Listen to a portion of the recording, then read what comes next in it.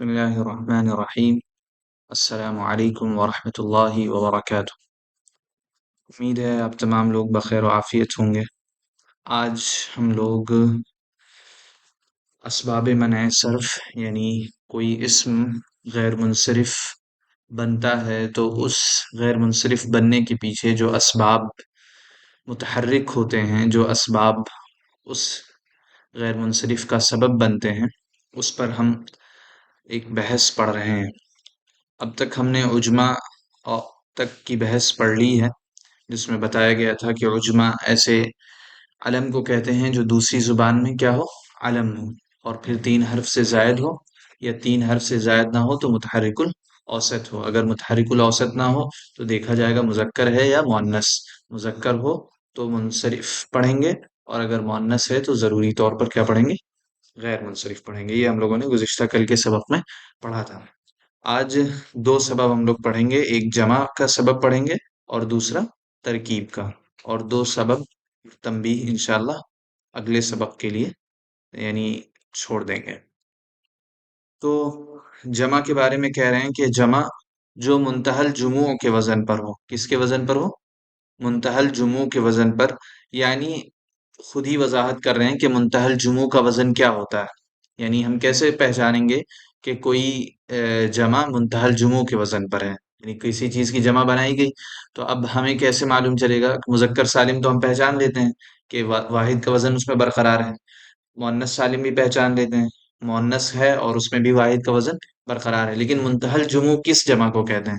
تو اس کی تعریف کر رہے ہیں، یعنی ایسی جمع کہہ رہے ہیں کہ ایسی جمع ہو جس کے پہلے 2 حرف کیا ہوں، مفتوح ہوں، پہلے 2 حرف کیا ہوں، مفتوح ہوں، اور تیسری جگہ کیا ہو، الف ہو، یعنی پہلا 2 حرف مفتوح ہوگا اور تیسرے جگہ پر کیا ہوگا، الف ہوگا۔ تو ایسی جو جمع ہوگی اس جمع کو کیا پڑھیں گے، غیر منصرف پڑھیں گے، اور یہ تنہا سبب 2 کے قائم مقام ہوتا ہے۔ کیا ہوتا ہے؟ 2 کے قائم مقام ہوتا ہے۔ اب جیسے دیکھیے مثال دی ہے مساجد، پہلی چیز کیا بتائی کہ منتہی الجموع کے وزن پر ہو، تو منتہی الجموع کا وزن کیسے ہوتا ہے، خود وضاحت کی کہ پہلے 2 حرف کیا ہو، مفتوح ہو، اور تیسرے حرف پر کیا ہو، الف ہو۔ جیسے میم پر دیکھیے کیا ہے، فتحہ ہے، سین پر کیا ہے، فتحہ ہے، اور پھر تیسری جگہ پر کیا ہے، الف ہے، تو کیا ہو گیا، یہ غیر منصرف ہو گیا۔ جب اس میں جمع منتہی الجموع کا وزن پایا گیا تو اب ہم دوسرا سبب تلاش کرنے نہیں جائیں گے۔ کیوں؟ ہاں، کیونکہ یہ تنہا سبب 2 کے قائم مقام ہے، لہذا جب یہ 2 کے قائم مقام ہو گیا تو اب ہمیں دوسرے سبب کو تلاش کرنے کی ضرورت نہیں ہے، بس اسی ایک سبب کے پائے جانے کے بعد ہم اسے کیا پڑھیں گے، غیر منصرف پڑھیں گے۔ پھر دوسری مثال دی ہے مصابیح، مصباح کی جمع کیا ہے، مصابیح، تو پھر دیکھیے کہ کیا یہ جمع منتہی الجموع کے وزن پر ہے۔ جمع منتہی الجموع کا وزن کس طرح ہوتا ہے کہ پہلے حرف پر فتحہ، دوسرے حرف پر فتحہ، اور تیسری جگہ کیا ہوتا ہے، الف ہوتا ہے، تو میم پر فتحہ، صاد پر فتحہ، اور تیسری جگہ کیا ہے، مصابیح۔ اب اسی طرح ایک اور مثال، دابۃ کی جمع کیا، دواب، اب یہ کیا ہے، جمع منتہی الجموع کے وزن پر ہے۔ کیسے؟ کیا کہا کہ پہلے 2 حرف پر کیا ہو، فتحہ ہو، دال پر فتحہ ہے، واو پر فتحہ ہے، اور تیسری جگہ کیا ہے، الف ہے، تو بس اب ہم اسے دوابن یا دواب بھی نہیں پڑھ سکتے، بلکہ کیا پڑھیں گے، دوابو یا دوابا۔ کیوں؟ کیونکہ غیر منصرف پر زیر نہیں آتا اور تنوین نہیں آتی، اور یہ ایک سبب 2 کے قائم مقام ہوتا ہے۔ اس سے پہلے ہم نے پڑھا تھا کہ جو الف مقصورہ اور الف ممدودہ ہوتا ہے وہ بھی ایک سبب 2 کے قائم مقام ہوتا ہے، اور یہ جو دوسرا آج ہم پڑھ رہے ہیں جمع منتہی الجموع، یہ بھی تنہا ایسا سبب ہے جو 2 کے قائم مقام ہوتا ہے۔ لہٰذا اگر کسی کلمے میں ان دونوں اسباب میں سے کوئی سبب آ جائے تو اب ہمیں دوسرے سبب کو تلاش کرنے کی ضرورت نہیں ہوگی۔ ہاں، کوئی اور سبب آتا ہے، مثلا علم آ گیا کسی میں، تو ہم صرف علم کی بنیاد پر اسے غیر منصرف نہیں پڑھ سکتے، اب ہم ڈھونڈیں گے کہ دوسرا سبب اس میں کیا ہے۔ یا اسی طرح کسی میں تانیث آ گیا، یعنی وہ مؤنث ہے، لیکن اب ہم ڈھونڈیں گے کہ اس میں دوسرا سبب ہے یا نہیں ہے، تب اسے غیر منصرف پڑھیں گے۔ اب دیکھیے فائدے میں لکھا ہے، یہ جمع 2 سبب کے قائم مقام ہے۔ یہ جمع یعنی یہ جو سبب ہے یہ 2 سبب کے قائم مقام ہے، یعنی اس میں خود اتنی قوت ہے کہ اسے دوسرے سبب کی ضرورت نہیں ہوتی ہے۔ لیکن اگر اب ایک شرط اس میں یہ بتا رہے ہیں کہ لیکن اگر اس کے آخر میں تا ہو، کیا ہو، تائے مدورہ ہو۔ کون سی تا ہو؟ 2 طرح کی تا ہوتی ہے، تائے مبسوطہ اور تائے مدورہ۔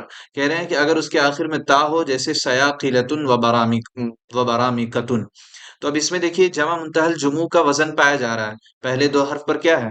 فتحہ ہے، صاد یا با را دونوں پر کیا ہے؟ فتحہ ہے، اور پھر تیسری جگہ پر کیا ہے؟ الف ہے۔ تو اب اس لحاظ سے تو ہمیں کیا پڑھنا چاہیے تھا؟ سیاقیلۃ و برامکۃ، لیکن اسے کیا پڑھا ہے؟ سیاقیلۃ و برامکۃ۔ تو کہہ رہے ہیں کہ ایسا اس لیے کہ اگر جمع منتہی الجموع کے آخر میں تا آ جائے، کون سی؟ تا آ جائے، تو پھر اس کو ہم منصرف پڑھیں گے، غیر منصرف نہیں پڑھیں گے۔ غیر منصرف اسی وقت تک پڑھیں گے جبکہ اس کے آخر میں تا نہ ہو، جیسے مساجد، اگر مساجد میں بھی تا لگا دیا جائے تو یہ مساجدتن ہو جائے گا، کیا ہو جائے گا؟ مساجدتن ہو جائے گا۔ اسی طرح مصابیحتن ہو جائے گا، دوابتن میں بھی لگا دیا جائے تو یہ تا اس کے غیر منصرف ہونے کو روک دے گی۔ لہذا جمع منتہی الجموع میں شرط یہ ہے کہ پہلے دو حرف کیا ہوں؟ مفتوح ہوں، تیسری جگہ الف ہو، اور آخر میں تا نہ ہو، تب ہم اسے کیا پڑھیں گے؟ غیر منصرف پڑھیں گے، تو پھر یہ جمع کیا ہوگی؟ غیر منصرف نہ ہوگی۔ اب یہ ساتواں سبب بیان کر رہے ہیں، ترکیب۔ ترکیب کے معنی آپ لوگ کو معلوم ہے، ترکیب کسے کہتے ہیں؟ ہاں، دو چیزوں کو جوڑنے کا نام کیا ہے؟ ترکیب۔ دو اینٹوں کو، دو لفظوں کو، یا کسی طرح کو چیزوں، کوئی بھی چیز ہو، اس کو جب جوڑا جاتا ہے تو ہم اسے کیا کہتے ہیں؟ ترکیب۔ تو اب کہہ رہے ہیں ترکیب تو کئی طرح کی ہوتی ہیں، ٹھیک ہے؟ آپ نے پیچھے پڑھا ہے کہ ترکیب ایک جمل کیا بولتے ہیں؟ کلام مفید ہوتا ہے، کلام غیر مفید ہوتا ہے، ٹھیک ہے؟ تو کیا اس ترکیب سے تمام ترکیبیں مراد ہیں؟ تو اسی کی مراد واضح کر رہے ہیں، اس سے مراد مرکب منع صرف ہے۔ اس سے مراد کیا ہے؟ مرکب منع صرف ہے۔ کیا مطلب ہوا اس کا؟ کہ یعنی وہ دو کلمے، یعنی وہ دو کلمے، یعنی کوئی دو کلمے جوڑے گئے ہوں تو صرف جوڑ دینے سے وہ کیا ہو گئی؟ ترکیب ہو گئی، لیکن ان کو جوڑنے میں نہ تو اضافت کا استعمال کیا گیا ہو اور نہ اسناد کا استعمال کیا گیا ہو۔ اضافت کا کیا مطلب ہے؟ اضافت کا مطلب یہ ہے کہ کسی چیز کو کسی کی طرف نسبت کی گئی ہو، مثلا ہم کہیں کہ غلام زید، تو اب ہم نے ان دو کلموں کو جوڑنے میں اضافت کا سہارا لیا۔ کیا لیا؟ اضافت کا سہارا لیا، ہم نے کہا زید کا غلام، تو یہ ترکیب ہے، اور ترکیب میں کیا پائی جا رہی؟ اضافت پائی جا رہی۔ دوسری چیز کیا کہی؟ کہ جو اضافت و اسناد، یعنی اسناد نہ ہو۔ اسناد کا مطلب کیا ہے؟ کہ ایک کلمے کو دوسرے کی طرف اس طرح منسوب کیا ہو، اس طرح اس کے ساتھ ربط بتایا ہو کہ اس سے فائدہ بخش معنی پایا جا رہا ہو۔ جیسے ہم نے کہا جاء زیدن، تو اب یہ بھی ترکیب ہے، لیکن اس میں کیا پائی جا رہی؟ اسناد پائی جا رہی۔ تو ایسی ترکیب یہاں مراد نہیں ہے، بلکہ ایسی ترکیب مراد ہے کہ بس بغیر کسی قاعدے کے دو چیزوں کو کیا کر دیا گیا ہو؟ جوڑ دیا گیا ہو۔ کیا کر دیا گیا ہو؟ جوڑ دیا گیا ہو۔ جیسے ہم کہیں میرا نام ہے فرحان وسیم، ٹھیک ہے؟ میرے والد کا نام ہے وسیم، میرا نام ہے فرحان۔ اب ہم نے ان دونوں کو کیا کیا؟ جوڑ دیا۔ کیا کیا؟ جوڑ دیا۔ تو اب یہ جو ترکیب ہے یہ مراد ہے یہاں پر، نہ تو اس میں اضافت ہے اور نہ اس میں اسناد ہے جس سے فائدہ بخش نسبت معلوم ہو۔ تو ہر ایسی ترکیب جس میں اضافت نہ پائی جائے اور اسناد نہ پائی جائے تو وہ ترکیب اسباب منع صرف میں سے ہوگی۔ وہ ترکیب کیا ہوگی؟ اسباب منع صرف میں سے ہوگی۔ جیسے اس سے مراد مرکب منع صرف ہے، یعنی وہ دو کلمے جو اضافت و اسناد کے بغیر مرکب ہو گئے ہوں اور دوسرا کلمہ کسی حرف کو متضمن نہ ہو۔ دوسرے یعنی جو دوسرا کلمہ ہے، جیسے مان لیجیے فرحان وسیم ہے، تو وسیم میں کوئی حرف نہ آ رہا ہو، یعنی فرحان بھی وسیم نہ ہو یا فرحان فی وسیم نہ ہو، ٹھیک ہے؟ تو دوسرا کلمے میں کوئی حرف نہ ہو۔ متضمن کا مطلب کیا ہے؟ کوئی دوسرا حرف اس میں نہ ہو۔ جیسے مثال دی بال بک، ٹھیک ہے؟ مثال کیا دی؟ بال بک۔ بال نام ہے کس کا؟ شہر کا، اور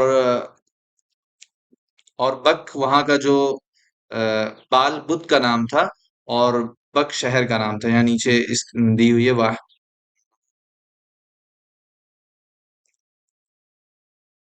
اس بندے کا بہرحال بال بک نام شہر جو بال اور بک سے مرکب ہے، تو بال شہر کا نام تھا اور بک وہاں کے پجاری کا نام تھا، اس طرح کی چیز ہے۔ کوئی بھی یہ دو نام ہے بہرحال، بال اور بک، تو اب انہیں جوڑ دیا گیا۔ کیا کیا گیا؟ جوڑ دیا گیا، بال اور بک کو جوڑ دیا گیا۔ تو اب اس میں ہم دیکھیں گے کیا اس میں اضافت پائی جا رہی ہے؟ یعنی بال کا بک، ایسا بک کا بال نہیں ہے، ایسا نہیں ہے، یعنی اس میں کا اضافت نہیں پائی جا رہی۔ دوسری چیز کیا کہی تھی؟ کہ اس میں اسناد نہ پائی جائے، یعنی کوئی اس سے فائدہ بخش نسبت نہیں پائی جا رہی۔ تو اب یہ کیا ہے؟ یہ وہی ترکیب ہے جو اسباب منع صرف میں سے ہے۔ اب اس میں دوسرا سبب کیا ہے؟ دوسرا سبب عالم ہے، یعنی صرف ترکیب پایا جانا کسی چیز کو غیر منصرف نہیں بنائے گا، بلکہ اب ہمیں اس میں دوسرا سبب تلاش کرنا ہوگا، تب وہ کیا بنے گا؟ غیر منصرف بنے گا۔ تو بعلبک میں پہلی چیز کیا پائی جا رہی؟ ترکیب، یعنی ترکیب وہ جس میں نہ تو اضافت پائی جائے اور نہ اسناد۔ اضافت نہ پائی جانے کا مطلب کیا ہے کہ اس میں ایک مضاف اور دوسرا مضاف الیہ نہ ہو، اور اسناد نہ پائے جانے کا مطلب یہ ہے کہ اس کو اس طرح نہ جوڑا گیا ہو کہ اس سے فائدہ بخش نسبت پائی جائے۔ ٹھیک ہے، شہر جو بال اور بک سے مرکب ہے، اس میں دوسرا سبب کیا ہے؟ علم ہے۔ بال بک یعنی ایک شہر کا نام ہے، لہذا شہر کا نام کیا ہوتا ہے؟ علم ہوتا ہے۔ تو ایک سبب علم ہو گیا اور دوسرا سبب کیا ہو گیا؟ ترکیب ہو گئی۔ اسی طرح مثال کے طور پر اگر ہم کس مان لیجئے کوئی بھی نام اٹھا لیجئے، محمد طیب اٹھا لیجئے، کیا ہے؟ محمد طیب۔ محمد ایک الگ نام ہے، طیب ایک الگ کلمہ ہے، ٹھیک ہے؟ اب ان دونوں کو ہم نے جوڑ دیا، نہ اس میں اضافت پائی جا رہی ہے اور نہ اس میں اسناد۔ ترکیب تو ہو گئی نا محمد طیب، لیکن اس ترکیب میں نہ اضافت ہے اور نہ اسناد ہے۔ اور پھر ایک سبب ترکیب ہو گیا، دوسرا سبب کیا ہو جائے گا کہ یہ کسی خاص شخص کا نام ہے، علم ہے۔ تو دو سبب پائے گئے، لہذا یہ کیا ہو جائے گا؟ غیر منصرف ہو جائے گا۔ ٹھیک ہے، آج کا سبق یہیں تک۔ تو آج دو چیزیں ہم لوگوں نے پڑھی۔ پہلی چیز ہم لوگوں نے پڑھی جمع۔ جمع سے کون سی جمع مراد ہے؟ جمع مذکر سالم نہیں مراد ہے، جمع مؤنث سالم نہیں مراد ہے، جمع مکسر نہیں مراد ہے، بلکہ کون سی مراد ہے؟ جمع منتہی الجموع مراد ہے۔ اور اس کا وزن کیسے ہوتا ہے؟ پہلے دو حرف مفتوح ہوتے ہیں، تیسری جگہ پر الف ہوتا ہے اور اخیر میں تا نہ ہو، ٹھیک ہے؟ تو پھر وہ کیا ہوتا ہے؟ جمع منتہی الجموع، اور یہ سبب دو سبب کے قائم مقام ہوتا ہے۔